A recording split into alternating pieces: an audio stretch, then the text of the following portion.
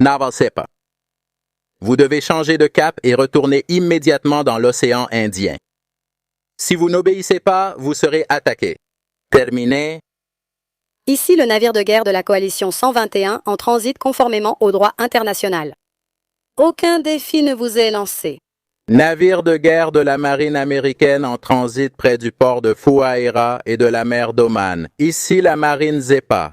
Ici la marine Zepa. Dernier avertissement, dernier avertissement.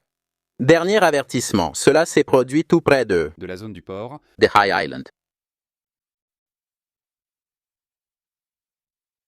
Attention à tous les navires. Attention à tous les navires. Attention à tous les navires en mer d'Oman. Ici, la marine Zepa d'Iran. Si vous voyez un navire de guerre à proximité, restez à plus de 10 000 de celui-ci, car je suis prêt à ouvrir le feu sans avertissement préalable. Bien, c'est ainsi que commencent les échanges qui ont eu lieu. Ceci est diffusé par la télévision iranienne. Il faudra aussi voir la version américaine, mais comme vous le savez, ici nous essayons de considérer différentes versions. Et donc cette fois-ci, c'est la télévision iranienne qui publie cela. Cette supposée communication entre la marine des États-Unis et la marine iranienne, soi-disant pour avertir que s'ils continuaient dans cette zone du détroit d'Ormuz, ils allaient rentrer tirer. Il disait entre que la réponse, selon cela, des États-Unis était « Nous passons parce qu'il existe un droit international de passage, et c'est pour cela que nous passons par ici. Nous ne cherchons pas à provoquer. » Il disait soi-disant cela aux États-Unis. Que cela signifie-t-il? Qu'ils n'opèrent pas pour attaquer. C'est une partie de ce qu'on observe en ce moment, parce que c'est ce que dit Donald Trump lui-même. Il faut aller dans le détail du détroit d'Ormuz, Donald Trump dit. Qu'ils vont contrôler ici, c'est-à-dire que les États-Unis vont bloquer le passage, donc l'Iran bloque ici, mais les États-Unis se positionnent par là ou par là et vont bloquer le passage. Attends une seconde. À qui vas-tu bloquer le passage? Tu vas bloquer le passage au navire du Qatar? Un de tes amis qui a une de tes bases et qui envoie des pétroliers vers la Chine, par exemple. Tu vas le bloquer, lui? Je me demande. Qui vas-tu bloquer? Qui est-ce? Comment se passe ce blocus? Allons dans les détails. Voyons ce qui se passe, mais je vous dis déjà tout de suite que je vais vous donner les détails. Si les États-Unis bloquent ici, les Iraniens disent bon qu'ils vont bloquer aussi. Alors, en plus de ce détroit, ils vont bloquer cet autre détroit. Eh bien, c'est comme ça. Le blocage de tous les côtés, n'est-ce pas? C'est un sujet sans fin. Salut Blanca. Bon dimanche à toi aussi. Merci. Comment vas-tu? Un énorme salut, dit-il. Nous sommes déjà là et commençons à saluer Sebola. Il demande qui attends-tu en dernier. Super, salut Sebola, comment vas-tu?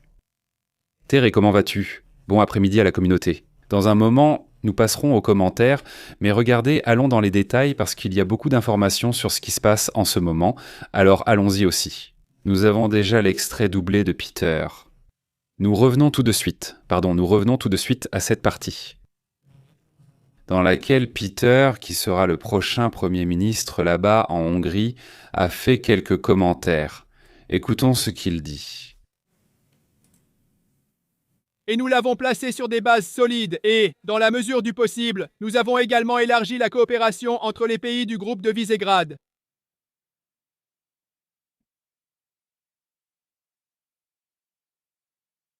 Dans cet esprit, mon premier voyage sera en Pologne pour renforcer l'amitié millénaire entre les Hongrois et les Polonais.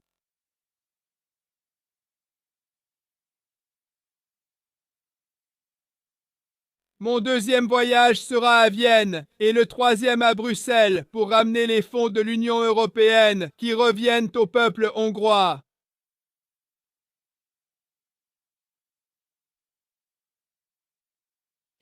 C'est un autre sujet, mais il faudra qu'on parle un jour de toutes les corruptions de Viktor Orban, qui étaient vraiment absurdes. Il prenait de l'argent de l'Union européenne, c'est pour ça que tout était bloqué, non? Il prenait de l'argent de l'Union européenne et à un moment donné, il a dépensé une fortune pour faire une sorte de, disons, de route à plusieurs niveaux, comme une autoroute avec des dénivelés et des virages, je ne sais pas quoi. Et quand tu voyais ça, tu te disais « Eh, c'est un bon projet alors, qu'est-ce qu'il y a de mal à ça ?» Mais tu n'ouvrais pas, tu n'élargissais pas la vue. Rien par là, rien par ici, rien par là, rien par là. il n'y avait même pas de route, c'était au milieu de nulle part. Alors il disait quelque chose comme « Ah, regarde, il y a des fonds de l'Union européenne, tu pourrais faire ça, vas-y, lance-toi, mais on n'a pas où le mettre, tout est déjà construit ici. » Là, regarde, sur ce terrain, il n'y a rien, même pas de rue, ce n'est pas grave, fais-le. Et ensuite on leur envoie les photos, ils nous envoient déjà l'argent, c'est-à-dire, c'est fou, une folie de choses absurdes qui se faisaient là-bas. Et en dehors de la proximité avec la Russie et tout ça, il était déjà souvent accusé de corruption. Mais bon, pour revenir à ce dont nous parlions à propos de l'Iran et des négociations, il y a un autre commentaire que fait ce même J.D. Vance à ce sujet, parce qu'il a été beaucoup critiqué pour, en gros, n'avoir rien accompli. Regarde, c'était à peu près ce à quoi on s'attendait. C'est-à-dire ce à quoi on s'attendait. Après un mois de guerre, après avoir éliminé Ali Khamenei, après tout ce qui s'est passé. On n'attendait pas de grands résultats à la première négociation. Le fait qu'ils se retrouvent face à face en ce moment, c'est déjà en soi une petite victoire. Malheureusement, il semble que la conclusion n'ait pas été aussi positive dans le sens où, eh bien, ce n'est pas le cas. Normalement, c'est une négociation, puis tout le monde recule, et sinon, on n'est pas tombé d'accord. Mais on va en reparler la semaine prochaine, et encore, et encore, et encore. Pour l'instant, eh bien, ce n'est pas très clair quand aura lieu la prochaine, s'il doit vraiment y en avoir une. Mais voici ce que dit J.D. Vance lui-même. Écoutons. Allons-y. La deuxième chose que Goldie-Bob a dite, qui encore une fois m'a semblé fascinante, c'est « Nous refusons de renoncer au droit à l'enrichissement ». Et je me suis dit à moi-même, tu sais quoi? Ma femme a le droit de faire du parachutisme, mais elle ne saute pas d'un avion parce qu'elle et moi avons un accord selon lequel elle ne le fera pas, parce que je ne veux pas que ma femme saute d'un avion. D'accord. Je ne sais pas, c'est l'une des choses étranges, des commentaires étranges que fait J.D. Vance. Et bon, un autre point qui attire l'attention, c'est le commentaire fait par le Pakistan. Au final, ils étaient en pleine négociation. Où le Pakistan a beaucoup à voir dans cette affaire parce qu'il a une négociation avec l'Arabie Saoudite. Et en théorie, ils sont obligés de défendre l'Arabie Saoudite si la guerre continue. C'est-à-dire qu'ils devraient envoyer des troupes. En fait, ils l'ont déjà fait. Ils ont envoyé 13 000, 18 000 soldats pour une certaine mission. Ils ont envoyé des F-16 et de l'aide là-bas. Si vous avez remarqué ces derniers jours, il y a eu des attaques contre les Émirats arabes unis, il y a eu des attaques contre le Koweït, mais il n'y a plus eu d'attaques contre l'Arabie saoudite. Nous verrons plus tard si cela se confirme, mais il y aurait des négociations impliquant l'Arabie saoudite, qui y participent comme observateurs. Il y avait la Russie, la Chine et les États-Unis. Il n'est pas clair si Israël était présent. Il semble que non. Les Émirats arabes unis étaient un absent et très mécontents, mais si les États-Unis sont présents, Israël n'a pas forcément besoin d'y être, étant donné leur proximité, non. Mais le Pakistan réagit à ces négociations ratées de la manière suivante. Écoutons. Au nom d'Allah, le clément, le miséricordieux, Nama Adu Minasali, Allah Rasul al-Karim. Assalamu alaikum et très bonne journée à tous.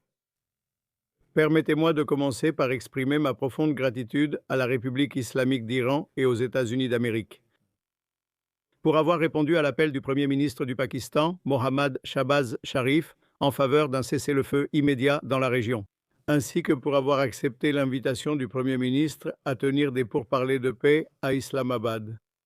La délégation des États-Unis d'Amérique était dirigée par le vice-président des États-Unis, Vance, et la délégation iranienne est arrivée au Pakistan, Hadi Vance, tandis que la délégation de la République islamique d'Iran était dirigée par le président du Parlement iranien, Bakhar Ghalibaf, qui sont arrivés hier au Pakistan pour participer aux pourparlers d'Islamabad. Moi, avec le chef des forces de défense et le chef de l'armée, Marissa, le chef de terrain, Syed Hassim Monir, nous avons aidé à servir de médiateurs lors de plusieurs cycles de négociations intenses et constructives. Ceci, c'est la réaction pour l'instant de la délégation, qui reste fermée à de nouvelles négociations. Mais ce qui attire vraiment l'attention, c'est que le Pakistan, immédiatement après cela, a commencé à envoyer plus de forces militaires vers l'Arabie saoudite, peut-être aussi pour envoyer un signal à l'Iran de ne pas attaquer spécifiquement l'Arabie saoudite. Un autre sujet qui attire également l'attention, c'est celui du vice-président d'Islamabad. Nous allons lire une partie de ce message qui est évidemment, comme toujours, pas très explosif, surtout un dimanche. Des États-Unis de... Eh bien, cette fois, je ressens un message supplémentaire, dirigé par le vice-président d'Islamabad. La délégation des États-Unis était dirigée par le vice-président des États-Unis. Voyons, mettons-le ici. Ceci fait partie du message que donne Donald Trump dans une série de déclarations où il affirme qu'il va commencer le blocus du détroit d'Ormuz. La délégation était dirigée par le vice-président d'Islamabad. La délégation des États-Unis d'Amérique va fermer le détroit situé entre l'Iran et Oman, affirme-t-il, et Trump accuse directement l'Iran de faire du chantage. Par le vice-président d'Islamabad. Il a aussi ordonné que tout navire attirant l'attention ou menaçant, sans toutefois prouver la présence de mines, soit concerné. Maintenant, il a ordonné que tout navire qui a payé, et c'est pour cela que seront bloqués les navires de n'importe quel pays qui ont payé. L'Iran, les États-Unis d'Amérique étaient dirigés par le... En premier, en vertu de quel droit? En vertu de quel droit?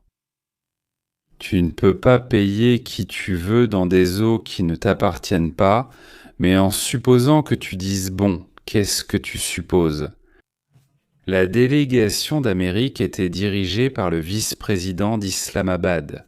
Les États d'Amérique ont payé, il n'y aurait aucun moyen de le savoir, cela n'existerait pas, ce ne sera pas une transaction par le vice-président d'Islamabad. Je ne les bloque pas et là, ce serait compréhensible. Je ne veux pas qu'ils utilisent maintenant mes banques pour des affaires de pays où il y a une attaque ou une guerre, etc., etc. N'est-ce pas? Je pourrais justifier cela et dire que la délégation des États-Unis peut utiliser ces choses? Non, ça pourrait s'arrêter là. Mais comme tu viens de le montrer avec les crypto-monnaies, on utilise des réaux brésiliens, on utilise des yuans et on utilise des euros, on utilise n'importe quelle monnaie en espèces, par le vice-président d'Islamabad. Ce n'est donc pas possible, alors est-ce une menace un peu creuse ou carrément vide de dire aux navires qu'ils se sont déjà arrêtés? Bon, n'entrons pas dans les détails. D'abord, avant cela, avant de continuer, laisse-moi faire une micro-pause. Délégation des États-Unis. Des rapports indiquent qu'ils ont arrêté un navire, mais ce sont les Yéménites, pas les Américains. Elle était dirigée par le vice-président d'Islamabad. Il est donc possible que nous voyions aussi ce détroit se fermer. Mais sur ce sujet, nous cherchons d'abord à confirmer qui l'a arrêté et de quel navire il s'agit, afin d'essayer de vous donner tous les détails. La délégation des États-Unis d'Amérique a eu une grande liberté de mouvement dans les eaux internationales. Pourquoi ? Eh bien parce que Donald Trump l'a dit. Le message affirme que l'Iran n'a ni marine, ni force aérienne efficace, ni système de défense. Délégation des États.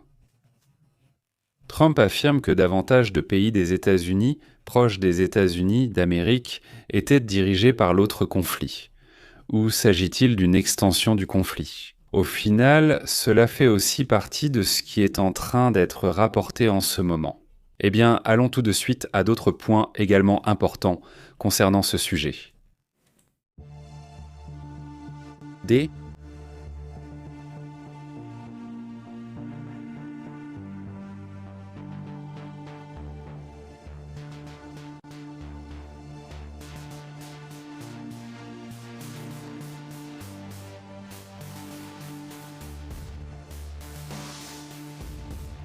Dans tout cela, nous allons voir plusieurs réactions.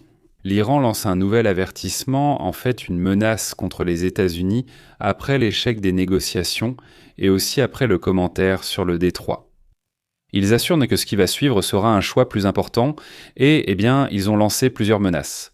L'une d'elles était très sévère. Nous allons en parler dans un instant, mais d'abord, écoutons ce que dit le président du Parlement iranien, Mohamed Baker ou Baker. Tu veux que je le prononce à l'anglaise, mais ce n'est pas vraiment comme Baker, même si ça y ressemble. Mohamed Baker Kalibas avertit, selon ce qu'il a déclaré aujourd'hui, quelques heures après la conclusion des premières négociations directes de haut niveau. Il dit que si les Américains mettent à nouveau notre détermination à l'épreuve, nous leur donnerons une leçon encore plus grande. Ce personnage dit qu'il a été l'un de ceux qui ont le plus réagi face à ce genre de situation. De tiraillements, et en effet, il y a eu des réactions, dit la marine de la garde révolutionnaire islamique. Elle lance ce message, qui est un message, j'insiste, dont le ton est monté progressivement. Le détroit d'Ormuz, assure la garde révolutionnaire, reste ouvert aux navires civils sous surveillance étroite. Ils disent que les navires militaires qui s'approchent du détroit seront considérés comme une violation du cessez-le-feu et feront face à une réponse sévère. C'était un autre message. C'est le message donné par la garde révolutionnaire qui élève progressivement le ton.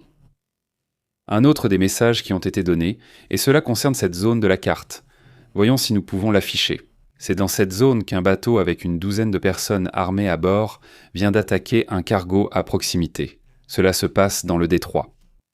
Ce n'est pas Ormuz, mais le détroit d'Al-Madeb en mer Rouge. Ce qui a été confirmé, c'est qu'une petite embarcation avec 12 hommes armés, ils ont attaqué un cargo.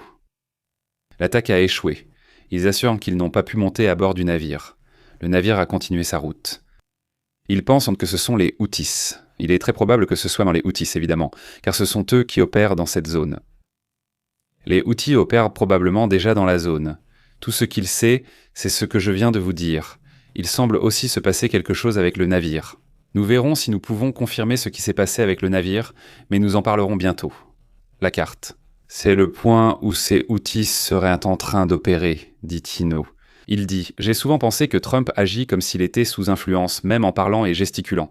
Ce n'est pas normal pour quelqu'un à sa place. » Il y a des choses là-bas qui se passent de façon curieuse, pas avec la santé de Trump. On ne voit pas soudainement chez lui les problèmes qu'on pensait qu'un jour arriveraient à ce Biden. Eh bien, il me semble que c'est à lui que ça arrive. Trump, au moment de faire certains commentaires ou même de prendre certaines décisions, on dirait qu'il perd un peu le fil. Un problème qu'on reprochait aussi à ce Biden, on s'en souvient constamment, mais plus avec lui.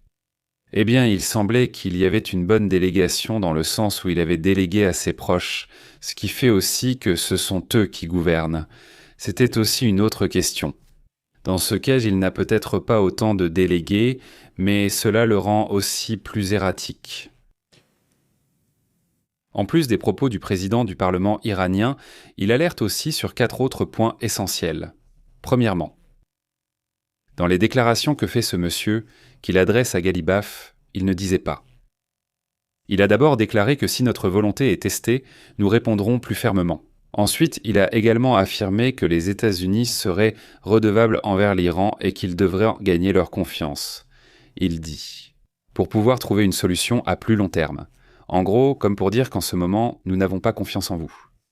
L'Iran affirme que de bonnes initiatives montrent leur bonne volonté et permettront de progresser dans les négociations avant qu'elles n'échouent. Mais ils assurent que pour l'instant, ce n'est pas clair.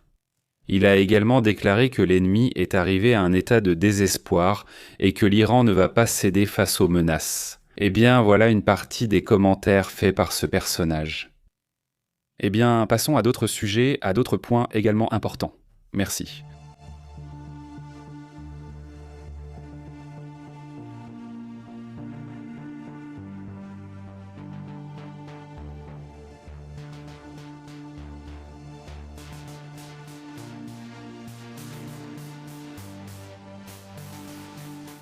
Donald Trump a également déclaré aujourd'hui que le Royaume-Uni allait déjà se joindre à eux pour la suite. Passons à la carte. Il a assuré aujourd'hui que le Royaume-Uni allait se joindre à ce point. Non. Vers le détroit d'Ormuz avec l'idée de retirer les mines. Oui, c'est-à-dire, ils ont dit non, eh bien, le Royaume-Uni va se joindre, et donc évidemment, ils sont immédiatement allés demander à Keir Starmer, le Premier ministre du Royaume-Uni. Et est-ce vrai que tu vas te joindre à ce sujet, à retirer les mines et tout ça ? Passons aux commentaires, entrons dans le détail.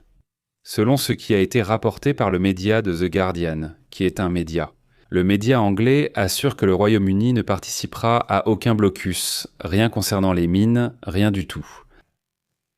Selon les déclarations de Trump sur Fox News, il a assuré qu'il ne faudra pas beaucoup de temps pour limiter le détroit et a affirmé que de nombreux pays vont aider à enlever les mines et à bloquer le détroit. Parmi eux, il a mentionné le Royaume-Uni. Il a affirmé que le Royaume-Uni aiderait à bloquer, mais ce dernier a refusé d'intervenir. Ce n'est pas vrai, je ne vais pas le faire. En d'autres termes, il a démenti Trump immédiatement. Immédiatement en disant « ne m'implique pas dans tes histoires ». Nous ne comptons pas entrer dans le conflit ni bloquer qui que ce soit. D'ailleurs, les Iraniens présentent actuellement des excuses. Les Anglais annoncent que non seulement ils ne vont pas bloquer, mais qu'ils vont aussi parler avec la France et avec d'autres pays européens, pour qu'ils créent leur propre stratégie et négocient, ce qu'on sait déjà qu'ils font lentement aussi en Europe pour ces sujets. En fait, les pays européens ont tendance à... D'abord, ils négocient beaucoup entre eux, mais ils prennent du temps, ce n'est pas immédiat, la décision n'est pas rapide, et ça aussi. Eh bien, c'est important, non ? Un autre point important, c'est ce qui a été rapporté selon ce que rapportent des médias proches de Trump comme Fox News, affirmant que 2 responsables américains ont été étroitement impliqués dans cette négociation. Ils assurent que le vice-président Yadi Vance fait déjà partie de la délégation iranienne à Islamabad. On a essayé, parler de toutes les revendications immédiatement. Aucun progrès sur la question principale de l'uranium, ni démantèlement des principales installations d'enrichissement, ni discussion sur la récupération de l'uranium, qui sont les revendications les plus importantes. Il y a aussi la question d'accepter le cadre plus large de paix, de sécurité et de désescalade. Cela n'a pas été accepté, ni mis fin au financement des groupes terroristes comme le Hamas, ni non plus la question actuelle qui est d'ouvrir le détroit d'Ormuz, qui en gros a fait s'effondrer immédiatement les négociations sur les points les plus importants et tout le monde a fait marche arrière. Ils ont dit qu'il n'y a aucun moyen de discuter quand l'un a 10 points et l'autre en a 15, mais que tous les points sont les lignes rouges de l'autre. Ou la plupart de ces points, et si tous sont des lignes rouges. La seule façon de négocier à ce niveau, c'est en gagnant une guerre. Si elle n'est pas vraiment gagnée, c'est-à-dire si l'autre n'est pas en mode « Ok, je me rends, fais ce que tu veux », non. Sinon, ce n'est pas possible. Et ici, il y a 2 risques, n'est-ce pas ? Soit ils envoient d'autant des troupes, et la guerre s'étend, avec des pertes d'un côté et des pertes de l'autre. Nous savons déjà que ce sera compliqué, avec une possible procédure de destitution contre Trump. Dans ce sens, c'est une partie très risquée et l'autre est encore plus risquée, c'est ce qu'on appelle l'innommable, l'option innommable. Disons que c'est l'option nucléaire, s'il n'y a pas d'autre choix, on ne peut pas négocier avec ces personnes, ils sont sur le point d'avoir des armes nucléaires. C'est une question existentielle, pas forcément les États-Unis. C'est-à-dire les États-Unis seraient une possibilité, mais l'autre possibilité qui devient de plus en plus probable, c'est Israël. C'est-à-dire le petit bouton et la bombe nucléaire, une bombe nucléaire qui serait petite, ils pensent que peut-être comme ça, ils se rendraient non. Et on entrerait alors dans une phase de négociation, non ?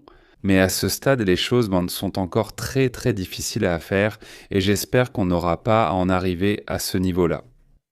Selon un rapport qui vient d'être révélé en ce moment, il y a 13 000 soldats des troupes pakistanaises seraient en route vers l'Arabie Saoudite, vers la base aérienne Roi Abdulaziz. Ce n'est pas qu'ils y soient donc tous déjà. Certaines troupes sont présentes et d'autres annoncent vouloir atteindre 13 000, mais d'après ce que je comprends, il y en a déjà sur place. Et les 18 avions de combat, nous les avons également mentionnés hier. Il s'agit de 18 avions dont des F-16 et d'autres avions de la défense du Pakistan qui sont en route ou déjà en Arabie Saoudite. Mais face à l'idée que l'Arabie Saoudite leur dise « Je te prête de l'argent et je t'ai prêté des milliards de dollars », eh bien il y a un accord là pour négocier. Il y a un accord d'entraide mutuelle, même de défense mutuelle, de faire des affaires et tout cela. Mais bon, donc dans ce sens-là, ce sont bien les Pakistanais eux-mêmes qui soutiennent spécifiquement l'Arabie Saoudite, n'est-ce pas ? Passons maintenant à la question. Quelle est la pire menace proférée jusqu'à présent par la garde révolutionnaire ? Voici la suivante, allons-y. Celle-ci est selon moi la plus remarquée jusqu'à présent. Plusieurs médias en ont déjà parlé. La voici. Le plus grand défi ou déjà une menace réelle de l'Iran, c'est le commentaire qu'ils font. Si le détroit d'Ormuz est bloqué maintenant par les États-Unis, disent-ils, l'ennemi sera piégé dans un vortex mortel. Quoi que cela veuille dire, ça sonne très mal, n'est-ce pas? Les gardiens de la révolution iranienne ont répondu aujourd'hui, dimanche, aux commentaires faits par Trump. Là, ce ne sont plus les politiciens, mais la garde révolutionnaire, qui sont essentiellement ceux qui dominent, ceux qui contrôlent à la fois le détroit et la politique. En ce moment, ce sont vraiment eux qui contrôlent. Il dit ce qui suit. Il avertit que toute erreur de calcul conduirait l'ennemi dans un vortex mortel. Tout le trafic est sous le contrôle des forces. Le commandant naval des gardes de la révolution iranienne a publié sur son réseau social X que l'ennemi serait piégé dans un vortex mortel dans le détroit s'il faisait un faux pas.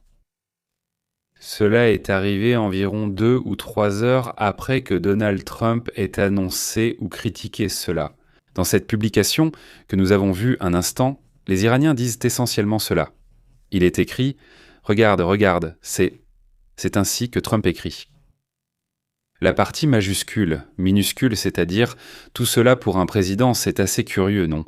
Et c'est là qu'il mentionne ce blocage et qu'il y a une extorsion de la part des Iraniens et je ne sais quoi d'autre. Donc c'est assez curieux parce qu'il dit « Alors tu es en train de me faire chanter, eh bien moi aussi je te fais chanter. » Et tout le monde finit par faire chanter tout le monde et tout le monde devient un maître chanteur. C'est de la folie, non? Mais bon, c'est comme ça que Donald Trump s'est exprimé sur ce sujet, et voilà quelle a été la réponse. Alors, quelques heures plus tard, la réponse de la garde révolutionnaire a été, en gros, qu'il n'y a aucune intention d'apaiser les choses, en fait, non. Et ce n'est pas tout, il a aussi adressé un message aux Chinois. Voyons ça.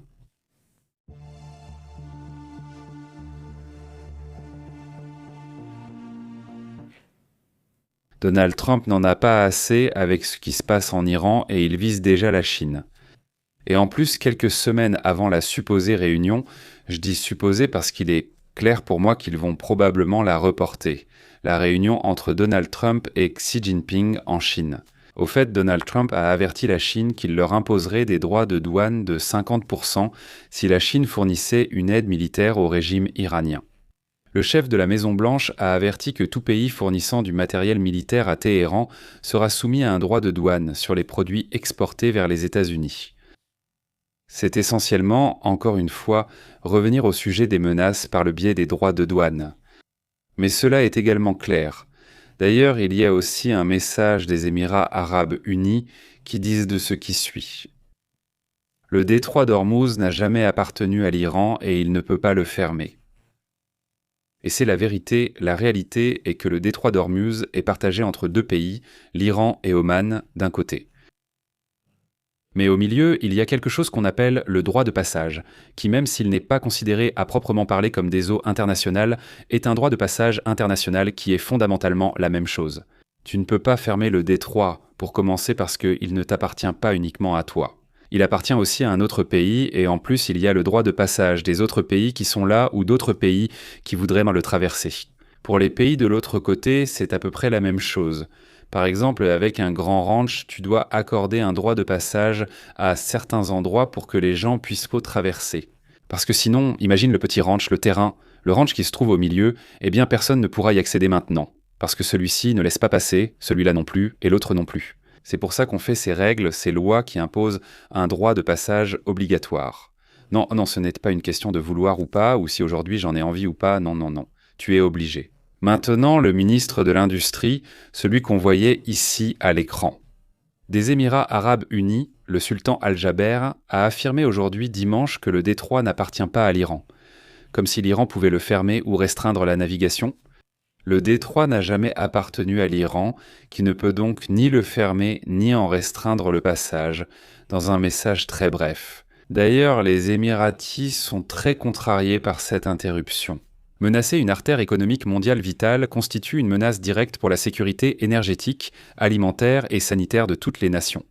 Ce comportement est illégal, dangereux et inacceptable pour tous. Nous ne pouvons ni permettre ni tolérer que cela se produise, déclare le même sultan Al-Jaber. Eh bien, cela fait aussi partie de ces messages qui sont là, alors passons à d'autres sujets également importants. Il y a déjà une réaction d'ailleurs de ce Viktor Orban. Après avoir perdu les élections en Hongrie, passons rapidement à cela. La responsabilité et l'opportunité de gouverner ne nous ont pas été données. J'ai félicité le parti gagnant. Félicitations. Bon, eh bien, rapidement, il ne me dit même pas de tout faire. Permettez-moi. Je suis resté comme ça, le café à la main. Ce message bref que nous avons ici. Mais bon, c'est juste l'essentiel. C'est essentiellement qu'il a reconnu et cela donne une bonne image du pays. Ça parle bien même d'Orban, qui, malgré le fait qu'il soit controversé, accepte cela. Je pense que c'est très important et nécessaire pour son pays. Et ça, eh bien, il faut aussi lui reconnaître cette partie-là. Malgré les controverses, malgré tout ce que tu veux, il faut reconnaître qu'au moins il est sorti d'une manière apparemment digne. C'est ce qu'on voit là-bas, au moins. Cette image attire l'attention. Regardez, cela faisait longtemps qu'on ne l'avait pas vu. Cela faisait plusieurs jours qu'on n'avait pas vu Pala Reza, celui qu'on appelle l'héritier là-bas en Iran. Eh bien, il ne vit plus en Iran depuis très longtemps. Mais il est quand même remarquable qu'il se rende 7 fois en Suède, au Parlement suédois. Il faut rappeler que la Suède et de nombreux pays européens accueillent une importante communauté iranienne. Le prince héritier, c'est ainsi qu'on l'appelle, n'est-ce pas? Mais lui-même dit qu'il ne se considère pas comme un prince. Pala Reza, ou Reza, est arrivé au Parlement suédois où il prononcera un discours important à cet endroit. Ce sera intéressant, plus tard, de voir ce que dit Reza, quels sont les commentaires qu'il fait. Eh bien, nous resterons attentifs à cette affaire. Cela aussi est évidemment important. Au fait également sur le compte officiel de Massoud Pezeshkian, le président iranien, même si nous savons qu'il n'a pas beaucoup de poids, pas beaucoup de pouvoir si tu veux. J'ai déjà cliqué sur le traducteur, n'est-ce pas? Ceci est le compte officiel de Massoud Pezeshkian, président iranien. Il dit ce qui suit: si le gouvernement des États-Unis mettait de côté son totalitarisme et respectait les droits de la nation iranienne, il y aurait sûrement des moyens de parvenir à un accord. Ricardo, je remercie les membres de la délégation de négociation, en particulier mon cher frère, le docteur Kalibaf, qui est le président du Parlement. Eh bien, c'est un message très politique, très diplomatique. La nation iranienne, sûrement, respectera le totalitarisme. C'est le président du Parlement, il n'a pas été du tout diplomatique. Celui-ci était un peu plus diplomatique. Mais bon, au moins de sa part, il semble qu'il veuille un peu plus de diplomatie. Un discours qui va un peu plus dans ce sens. Dans ce sens, donc une ouverture à la négociation, contrairement à d'autres personnages. Maintenant, en attendant, nous n'avons pas parlé dans tout ce rapport de ce qui se passe en Israël, ou des réactions qu'ils ont eues, comme si de rien n'était. Mais il se passe bien des choses, et le ministre de la Défense d'Israël s'est déjà exprimé. Il s'appelle Israël Katz, d'ailleurs, c'est lui qui apparaît sur cette image où le ministre de la Défense affirme cela depuis le sud du Liban. Ils assurent que les résidents ne reviendront pas dans le sud du Liban, et notre objectif est de désarmer le Hezbollah. Ça, eh bien, ça attire l'attention. Évidemment, à quoi fait référence ce message en disant que les résidents ne reviendront pas dans le sud du Liban?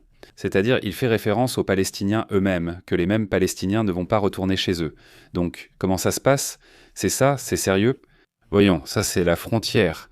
Ici, c'est Israël de ce côté, et ici, c'est le Liban. Ici, il y a le fleuve Litanie. Qu'ils disent bon que les résidents ne retourneront pas chez eux. Les gens qui vivent ici ne vont pas revenir. Que ce soit les Libanais qui vivent ici, ce serait très étrange. C'est-à-dire, je comprends que les membres du Hezbollah ne reviendront pas dans cette zone. D'accord, tu comprends car c'est un groupe terroriste, un groupe que tu ne veux pas. Mais tu ne peux pas empêcher les gens de passer, n'est-ce pas? C'est-à-dire, ce commentaire a aussi attiré l'attention. Nous verrons si une explication plus claire sera donnée à ce sujet. D'ailleurs, en changeant radicalement de sujet.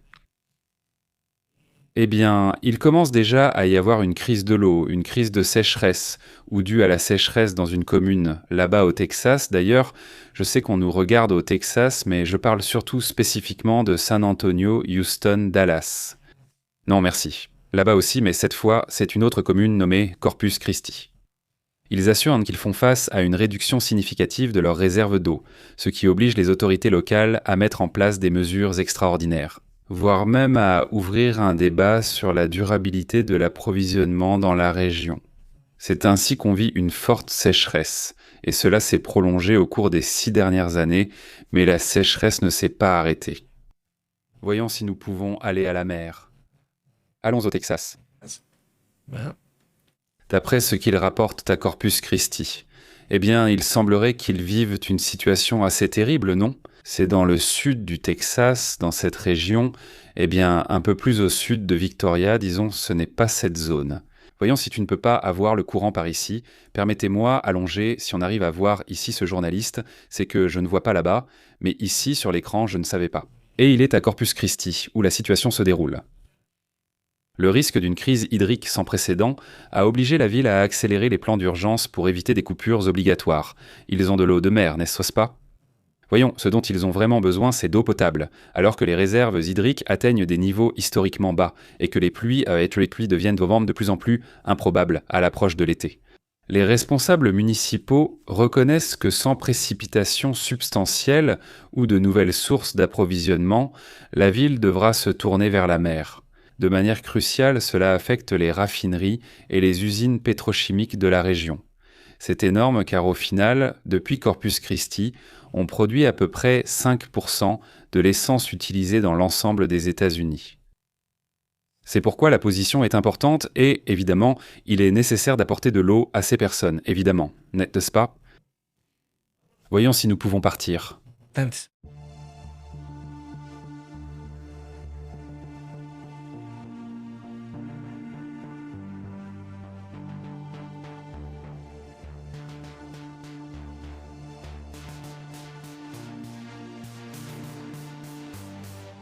Ça y est, le coût est déjà là, le coût approximatif de la guerre pour le premier mois et quelques jours, n'est-ce pas? Ils rapportent sûrement qu'ils ont dépensé 280 milliards de dollars.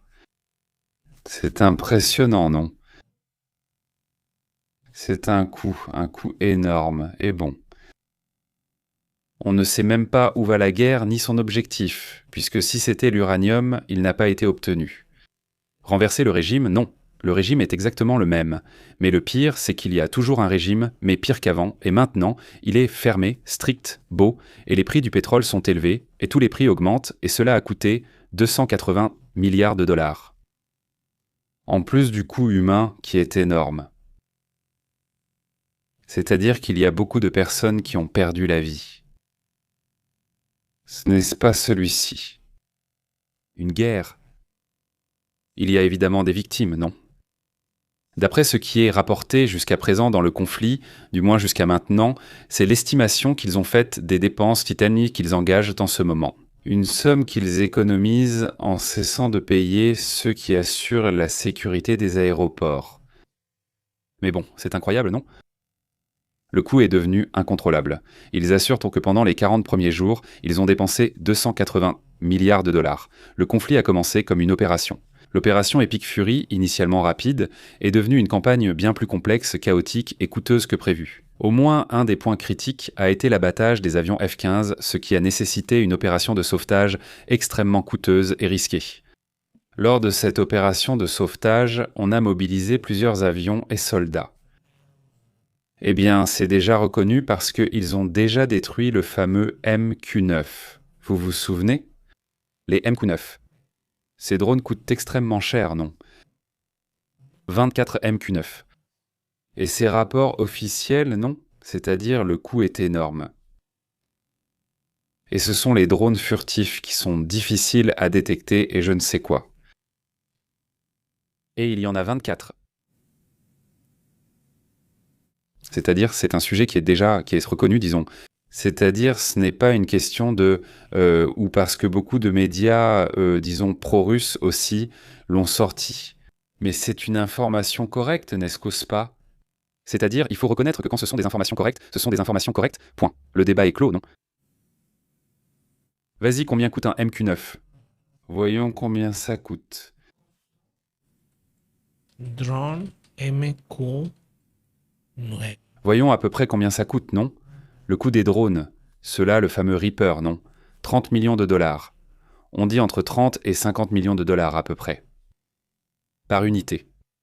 Rien que ça, en supposant qu'ils coûtent seulement 30, non? Qu'ils sont en promotion.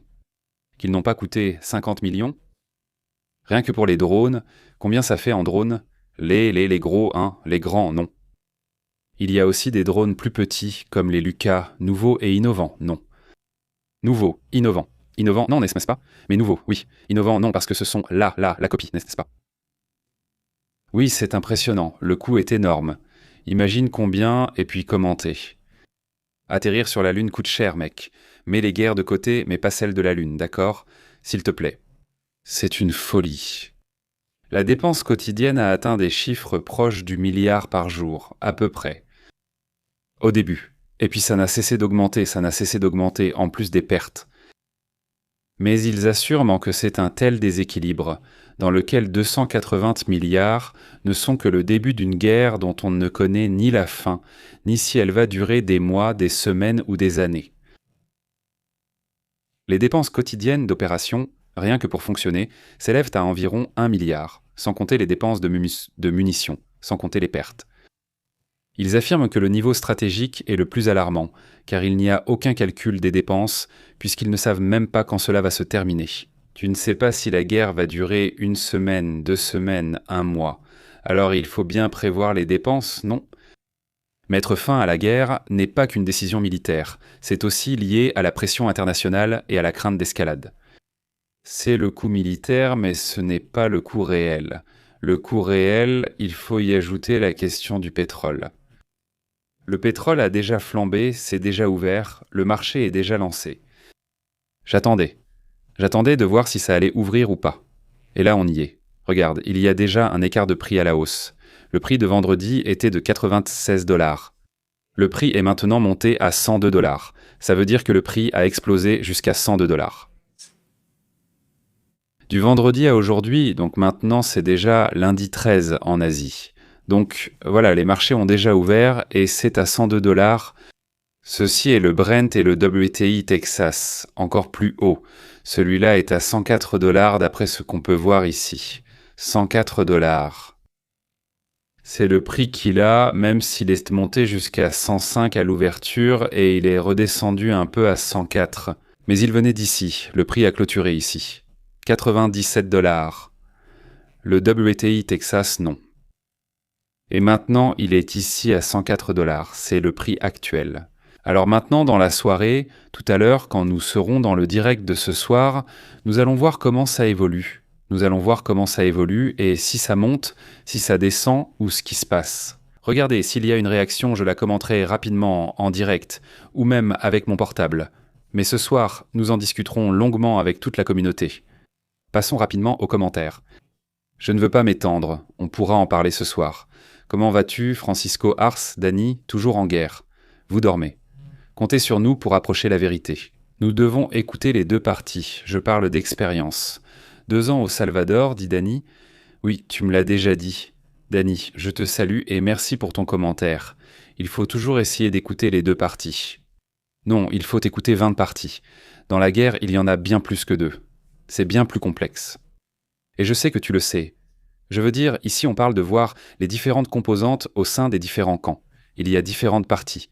Il y a l'Iran, mais il y a aussi la garde révolutionnaire. Il y a les politiciens, il y a les opposants, il y a ceux qui vivent à l'étranger, qui sont aussi iraniens. Et il n'y a pas que les États-Unis. Il y a les républicains, les démocrates, les militaires, les services de renseignement. Le renseignement militaire et aussi les services de renseignement comme la CIA par exemple. Et puis il y a aussi l'Europe, l'OTAN, il y a la Chine. Il y a les pays du Moyen-Orient. Qu'est-ce que c'est? Il faut les écouter tous et commencer à construire la carte, pour ainsi dire, de la réalité à peu près telle qu'elle est. Donc c'est très intéressant, vraiment. Qu'est-ce que je peux te dire? En plus d'être intéressant, c'est même important, je crois, que nous connaissions tout cela et que nous ne restions pas à la surface, avec l'idée des bons et des méchants, entre guillemets. Évidemment non, mais que nous devons aller comprendre toutes ces réalités. Je t'envoie une énorme salutation.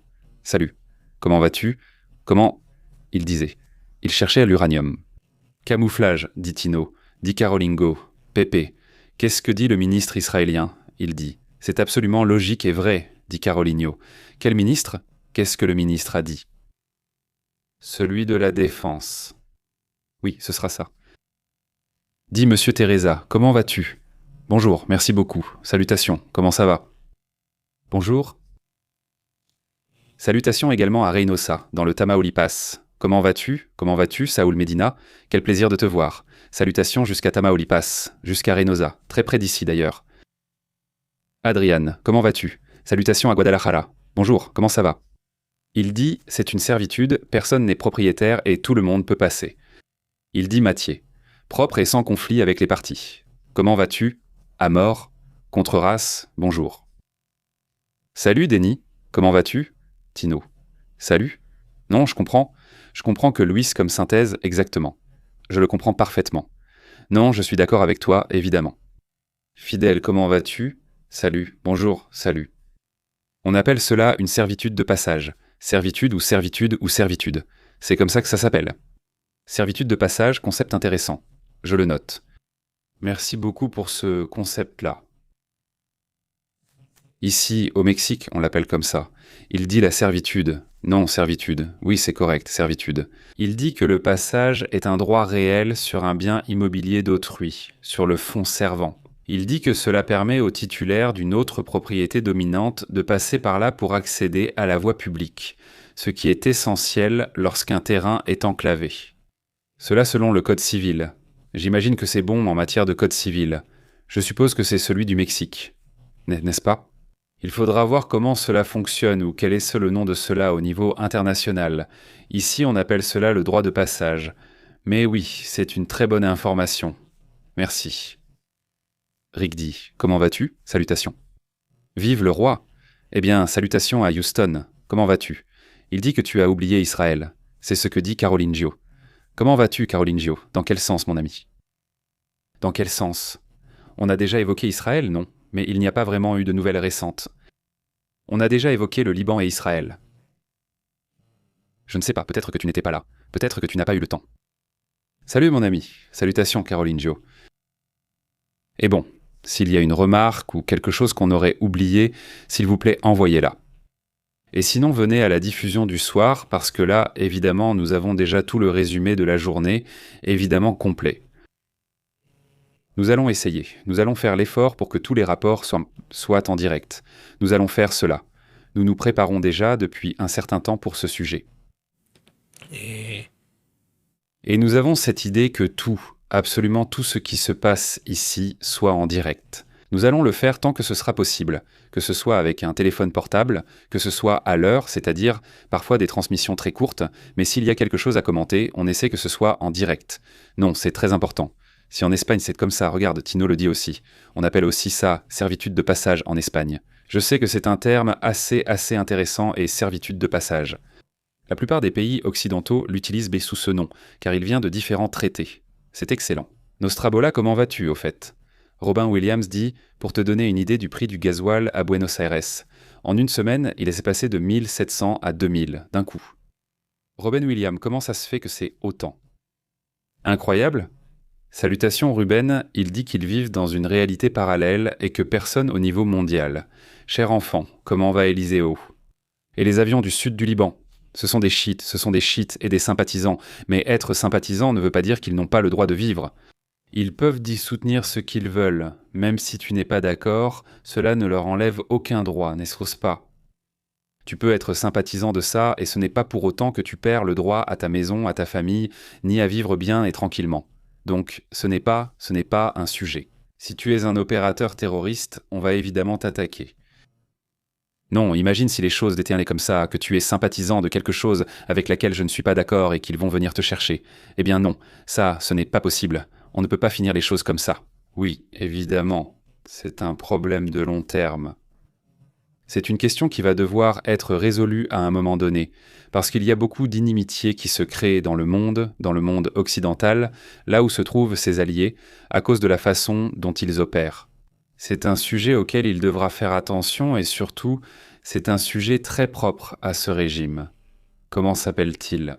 De Netanyahou, qui est un personnage vraiment redoutable, accusé de crimes de guerre. Je le dis juste pour qu'on n'oublie pas que ce n'est pas une personne, ce n'est certainement pas un saint. C'est un personnage avec plus d'ombre que de lumière. Ce personnage redoutable, salutations. David Flores, bonjour Élyséo et à toute la communauté. Nous continuons à commenter, à discuter avec toute la communauté. Merci beaucoup de nous accompagner, nous continuons à discuter. Je vous embrasse bien fort. À bientôt.